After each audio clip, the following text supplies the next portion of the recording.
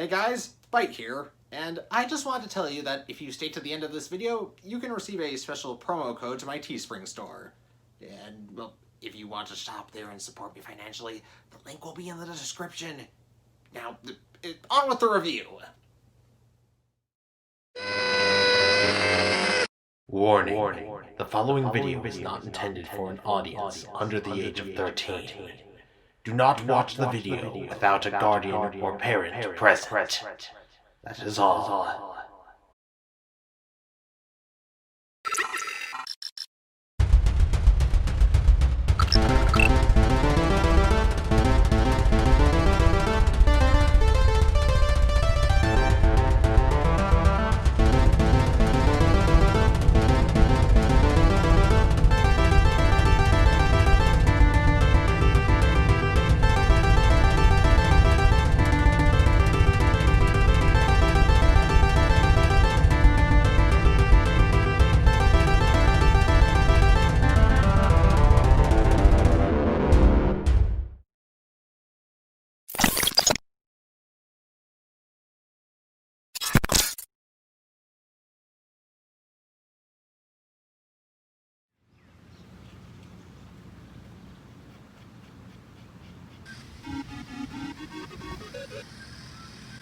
Oh, hey Maya. Yeah, I'm doing fine. What are you up to?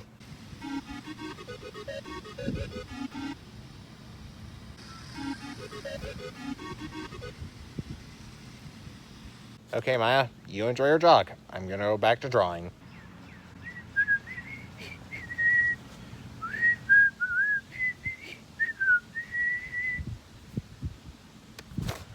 Wait a minute, how the did she get out of my computer? So by this point, I've discussed most of the Wave 1 Deluxes from Earthrise, Ironworks notwithstanding. And, well, I think it's safe to say that most of the Wave has been a winner. Out of the 4 reveals in Wave 1, there was of course one that ruffled more than a couple feathers. And that is the most iconic of the minibots next to Bumblebee, Cliffjumper. And the reason why that ruffled everyone's feathers is, well, a very similar reason for the reason why Astrotrain ruffled a lot of people's feathers. It's basically a Legends, or technically it's more of a Scout class figure, being sold for the same price as a regular Deluxe. But I'm here to prove that he's worth a lot more than your typical Legends class figure, which is to say, salutations denizens of the internet, I'm Firebite27, and let us commence our analysis of Transformers Generations War for Cybertron Earthrise Deluxe Class Cliffjumper. In his alt mode, Cliffjumper is a small red car, and really, that's the beginning and end of it. I mean, unless you're obsessed with vehicle mode accuracy, which I am not, though someone that I mentioned in a previous video certainly is. But hey, on the bright side, at least it looks like a nice red car. And unlike Sideswipe, I don't find it completely generic. And also unlike Siege Sideswipe, I'd actually think I'd like driving in this car. Of course, now that I've talked about its appearance, let's make a few jokes about this alt mode. First off, the weapon storage. The first, and by far the easiest version of the weapon storage, you just plop the giant bazooka from robot mode on top of the vehicle. Thanks to the very silly and somewhat lazy weapon storage here on top, well, we can attach anything in the 5mm peg hole, which means it's time for Earthrise Cliffjumper Crab Rave Edition! But yes, thanks to this 5mm weapon port and one mounted on the bottom, which I will talk about in depth later, we can have him combined with Siege Brunt for a T-posing mode. And yes, I am quite aware that this is very absurd, but hey, I thought it was worth talking about because it's so funny. And speaking of awkward integrations, let's talk about one of the first problems I have with this figure. But let me start out by being absolutely clear. At the end of the day, I still do love this figure. There are just things about it that bug me a lot. And most of them are relevant to the, well, accessories. And if many of you are wondering why I have this sort of third mode mistransformed, it's because I lost the skis, and that's my first complaint. Now then, the figure originally came with 2 skis that formed both a stand for the bazooka, as well as a pair of skis that plugged in underneath the front wheels for a little aquafaring mode. However, if you couldn't tell already, I lost them. Now then, don't get me wrong, I do really like it that we got a masterpiece grade, 1 episode, 1 scene scenario item, but I do genuinely feel that it bears mentioning that they should have been larger, or just omitted altogether. Though, in all fairness, that's mostly just the salt talking. Though, one thing I really do like about the salt mode is, well, the molded detail. I won't go into too much detail because, well, that's what the lazy eyebrow does. But removing the tires/wheels reveals performance brakes, and I would have not known this if it weren't for the lazy eyebrow, so a great many thanks for keeping me and so many others informed. And now to illustrate a complaint from a lot of the community, here is Cybertron Long Rack, a deluxe from a long time ago, the early 2000s I believe. And that is that this figure is not a traditional deluxe figure. However, I don't think that's a bad thing. I'll get more into it in robot mode, but I feel as though the $20 deluxe price point allowed them to do way more with the articulation in robot mode than a $10 Legends class figure could have ever achieved on its lonesome. Anyways, it's time for some size comparisons. Here's Earthrise Cliffjumper next to last week's review, Prime Decepticon Dead End. My next review, Earthrise Wait, I already reviewed that guy, didn't I? Transformers Prime Sergeant Cup, Siege Spinister, Titans Return Bumblebee, a standard Qtama, a standard can of sparkling water, and Broadside. So overall, I do like Cliffjumper's car mode, but I can see where a lot of people are coming from. It is very small. Now then, Cliffjumper, transform! Target on my back, lone survivor last. They got me in the sights. So, before I go any further, okay, there's something that's been bothering me. I wonder how Maya's jog is going.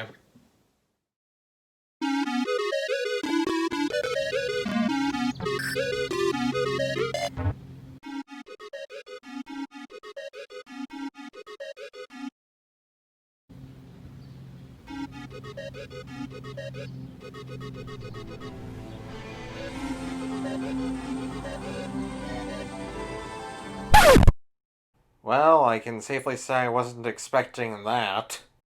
Deja vu, I just been in this place before. Higher on the street, and I know it's my time to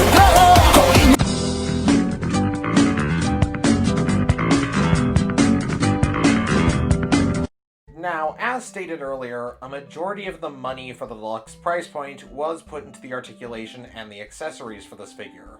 Which is totally fine with me. So long as I'm having fun with this figure, I could care less about the price point. And initially, I will admit, I thought this figure was only worth 15 bucks. 3/4 of its deluxe price point, but still, 15 bucks nonetheless.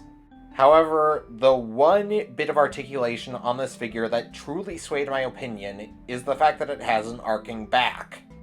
Of course, not that I remember to actually record any footage of the arcing back. Sorry. Look, this episode's overdue. Something needed to be sacrificed. And because I know some of you may be curious, I did initially plan on singing about his articulation. However, I had to cut it unfortunately because it really f***ed up the pacing. A noble sacrifice had to be made, and a noble sacrifice was made. Unlike Cliffjumper here, who has seemingly made no sacrifices for the sake of this robot mode, which I appreciate greatly. Seemingly being the operative word, though. Let's talk about the shield. And of course, I use the word shield in the loosest terms possible, because this is barely a shield. Like, I guess it's a more traditional shield than most other shields in the TF franchise, because at least it covers most of Cliffjumper's body like an actual shield should. But it's literally made out of the trunk, and it has a weapon port on top to boot. Jokes about the differences between British English and American English aside, Earthrise Cliffjumper's back joins the pile of shields in Earthrise that really shouldn't have been shields to begin with. Also, if that blue Battlemaster that you own hasn't cracked yet, congratulations. You haven't broken the sound barrier yet. You done? Lame jokes and Has Been Hotel references aside, lame and or underwhelming shields have kinda been a weird commonality among the Earthrise figures. Though, I do get it. taking off the entire backpack and using it as a shield is a bit lazy. But hey, at least they didn't make it out of clear plastic. And let's not pretend that parts warming hasn't been around since the beginning of transforming robots. Because, well, it really has. And while, yes, I am prone to taking things at face value, however, there are times when a deeper look is warranted, so one can truly appreciate its excellence. Hey, Brunt, do you think my figure would have sold better if I had stood in my package like a complete dipshit like Optimus?